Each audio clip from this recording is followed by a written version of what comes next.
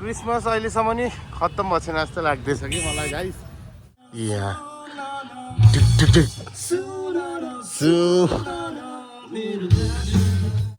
हेर्न सक्नुहुन्छ शिलङको ट्याक्सी।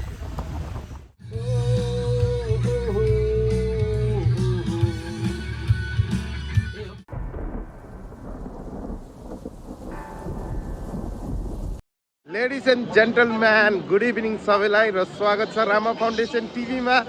र आजको भिडियो सुरु भइसकेको छ आफ्टर हजुरको एक्स ब्यान्डको ब्लग हेर्नुभयो होला कस्तो लाग्यो होइन। हाम्रो दाईसँग रमाइलो भएको थियो त्यो दिन। र आज चाहिँ नि हामी जाँदैछु, रबिन पनि छ। ए भन्दे नौठक्का जाँदैछु गरे। आज चाहिँ हामी जाँदैछु अनि आज चाहिँ हाम्रो गीतको चाहिँ जो आउनेवाला गीतको चाहिँ त्यसको म्युजिक ट्र्याक चाहिँ बनिसकेको छ। गएर चाहिँ सुन्छु अनि कस्तो भएको छैन अहिले गएर चाहिँ आज सुन्न छ। तर टाइटल चाहिँ रिभिल नगरौँ नि। टाइटल चाहिँ रिभिल नगरौँ गाइस। र त्यही आज सायद यसको भोकल पनि हुनसक्छ र त्यही कारणले अब होइन अब साँझको बेलामा जाँदैछु। पुगिसकेपछि हेर्न सक्नुहुन्छ अहिलेसम्म नि क्रिसमस खत्तम भएको छैन जस्तो लाग्दैछ। हेर्नु न यो लाइटिङ देखेर के। है ब्रो घुम्नु ब्याङ ह्याप्पी न्यु इयर। म ठिक त हेर्नु न क्रिसमस अहिलेसम्म नि खत्तम भएको छैन जस्तो लाग्दैछ कि मलाई गाइस। टिभी पुगे गाइस छ नि राजभवन जाँदैछु नि त गाइस। र पैदल हिँड्दैछु है गाइस। आजकल म बाइकमा हिँड्ने छोड्दिएँ नि त गाइस, पैदल हिँड्ने हो नि त। त्यही लागि शिलङको बस हेर्न सक्नुहुन्छ यस्तो हुन्छ कि बस यस्तो हुन्छ। कलकत्ताको बस हेर्नु त्यो शिलङको बस यस्तो हुन्छ गाइस। हेर्नु यो तर गाइस कलकत्तामा धेरै जाम के एकदम ब्लक होइन। तर यहाँ चाहिँ नि कम्ती छ शिलङ। हेर्नु न महादेव गाइस। फाइनली हामी चाहिँ पुगिसकेको छु हाम्रो दाको घरमा होइन। कहाँ पुगेको अरे? राजभवन पुगेछ निक्लीमा अब है। ओहो गाइस नमस्ते मेरो दाई। नमस्कार नमस्कार। दामी छ दाई। हाम्रो त्यो म्युजिक सुन्नको लागि आएको आज चाहिँ नि हामी। रेडी नै छ नि। भनिरहेको थियो हाम्रो दालाई भनेर जो म्युजिक एरेन्ज गर्नुभएको हाम्रो प्रेम दा होइन। र फाइनली हामी यहाँ पुगिसकेको छु र अब हजुरलाई सुनाउने छु। र हाम्रो दाईको सानो एउटा ट्यालेन्ट पनि देखाउनुपर्छ है हजुरले हाम्रो अडियन्सलाई आज है। सानो है दा सानो चाहिँ देखाउनु भन्नु त। जरुर होइन गाइस।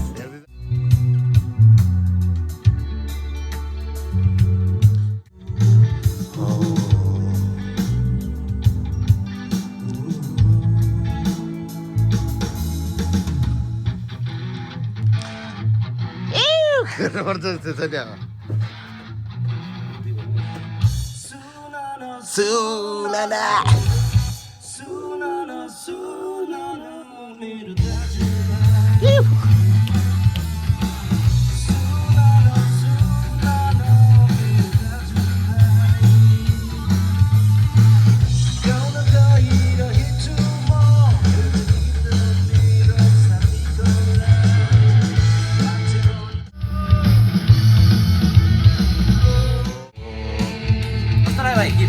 हुँदैछ दा यी मेन त यहाँ गरे।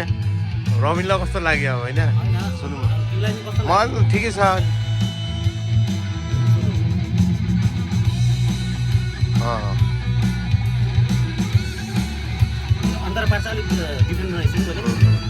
कस्तो लाग्छ सुन।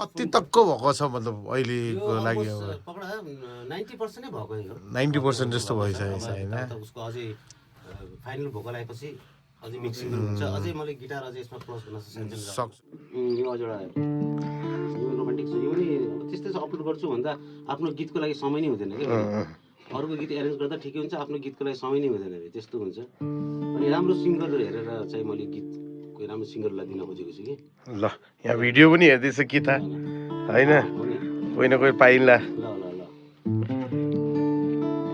एकदम पिचमा छ कि गीत सक्छु कि सक्दैन है ट्राई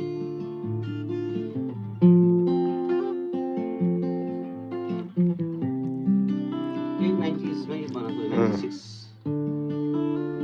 95 90s मा बनाएको गीत तू मेरी होगी क्या ये सपना तो नहीं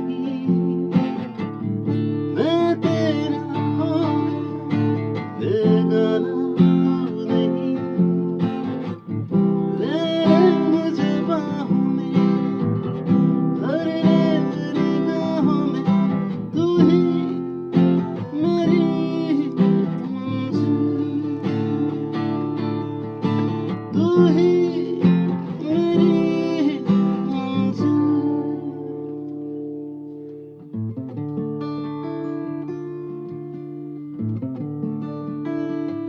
यति नै राखिदिनु है दामी दामी यो त आएको छैन होइन यो गीत त आएको छ मेरो गीत हान्छ होइन यो गीत त त्यही बनाएर राखेको छु यो पनि अब त्यतिखेरै बनाएको भनौँ न त्यतिखेर अब टिनेजमै हामी एउटा ट्विङ्कल ग्रुप थियो र अझ एउटा दा हजुरलाई एउटा म क्वेसन सोध्छु के भन्नु न हजुरले यो म्युजिक एरेन्ज गर्नुभएको कति वर्ष भइसकेको छ आजसम्म हजुरको है म्युजिक एरेन्जमा लागेको त लगभग 2002 बाट 2002 दिन भनेपछि अहिले कति वर्ष भयो होला 2003 बाट मतलब सिक्न लागेको सिक्न थाल्नुभएको म्युजिक एरेन्जमा त मतलब मलाई कसैको देखेको थिएँ कि मैले कोही स्टुडियोमा गएर देखेको थिएँ त्यहाँ सिक्न लागेको एरेन्ज त तिम्रो 2005 बाट गर्न लागेको 2005 सिक्न चाहिँ 2002 मा सिक्न लागेको सिक्न थाल्नुभएको होइन सिक्न थालेको त्यहाँबाट 2005-06 बाट मैले चाहिँ एरेन्ज गर्न लागेको एरेन्ज गर्नु र अझैसम्म हजुरले कतिवटा गीत मतलब एरेन्ज गर्नुभयो होला त भाइ एउटा लमसम कभर सङ कसैको अरिजिनल सङ धेरै त गर्न पाइनँ ड्युटीले गर्दा पनि यता हजुर हजुर जबले गर्दा पनि यस्तै पकडा तिम्रो 25-30 वटा जस्तो गरेँ 25-30 वटा होइन अझैसम्म अहिलेसम्ममा। र हजुरले र दा हजुरले कि यो मतलब जब यो म्युजिकको लागि कि हजुरले क्लास गर्नुभएको न कस्तो के हो क्लास भन्नाले त्यस्तो क्लास त गर्न पाइनँ अच्छा। अब यसको पनि एक्सपेन्सिभ नै छ हजुर, हजुर। म्युजिकको एरेन्ज मिक्सिङ मास्टरिङको यसै अब युट्युबमै ट्युटर लिएर अब साथी पनि छ एकजना साथीले पनि सिकायो खासी साथी छ हजुर हजुर अरू एकजना साथी पनि थियो नौमेनसँग उसले सिकाए उसले सिकेँ जाँदै सिक्दै यताउता गर्दै अब अच्छा नेटमा नि हेर्दै त्यस्तो गरेर आफै मैले कोसिस गरेँ त्यही हुन्छ कोसिस गऱ्यो भने जे पनि हुन्छ नि हुन्छ इन्ट्रेस्ट इन्ट्रेस्ट हो इन्ट्रेस्ट होइन इन्ट्रेस्ट भने जतै पनि सिक्छ क्या मान्छेले। शिक्षा होइन त्यो कोसिस चाहियो कोसिस चाहियो त्यस्तो प्रोफेसनली त सिक्न पाइनँ त्यो तर लगभग सिकेको हो मेन मान्छेको एरेन्ज हो कि म्युजिक एरेन्ज चाहिँ जरुरी छ कि राम्रो किन म्युजिकै राम्रो छैन भने त तिमी जति राम्रो मिक्सिङ मास्टरिङ जति राम्रो भोकल गरे पनि नि त्यो फाइदा छैन फाइदा छैन मेन त म्युजिकै हो म्युजिकको त्यो हो दामी दामी दामी